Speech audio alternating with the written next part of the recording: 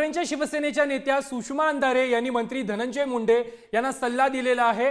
लाडकी बहीण प्रीतम मुंडेंसाठी धनंजय मुंडे यांनी परळी विधानसभेची जागा सोडावी अशा प्रकारचं वक्तव्य सुषमा अंधारे यांनी केलेलं आहे।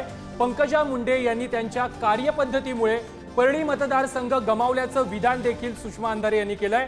परळीतील कार्यकर्त्यांच्या मेळाव्यामध्ये सुषमा अंधारे बोलत होत्या आणि त्यावेळी त्यांनी धनंजय मुंडे तसेच पंकजा मुंडे आणि सरकारवरती टीका केली आहे।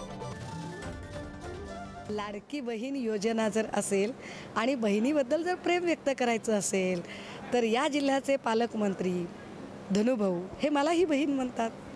पंकजाताईंकडून तर राखी बांधून घेतात, पण आता पंकजाताई आमदार झाल्यात, आता प्रीतमताई आहेत, त्यांची उमेदवारी हुकली होती। तर लाडक्या बहिणीवर प्रेम व्यक्त करण्याची ही चांगली संधी आहे की त्या संधी घेऊन त्यांनी लाडक्या बहिणीसाठी उमेदवारी सोडायला हरकत नाही ना। म्हणजे आम्हालाही पटेल 1500 रुपये देऊन काही लाडकी बहिणी योजना सिद्ध होईल असं वाटत नाही। त्याच्यासाठी काहीतरी असा मोठा त्याग जर केला तर खरंच वाटेल की हा लाडक्या बहिणीसाठी काहीतरी केलंय।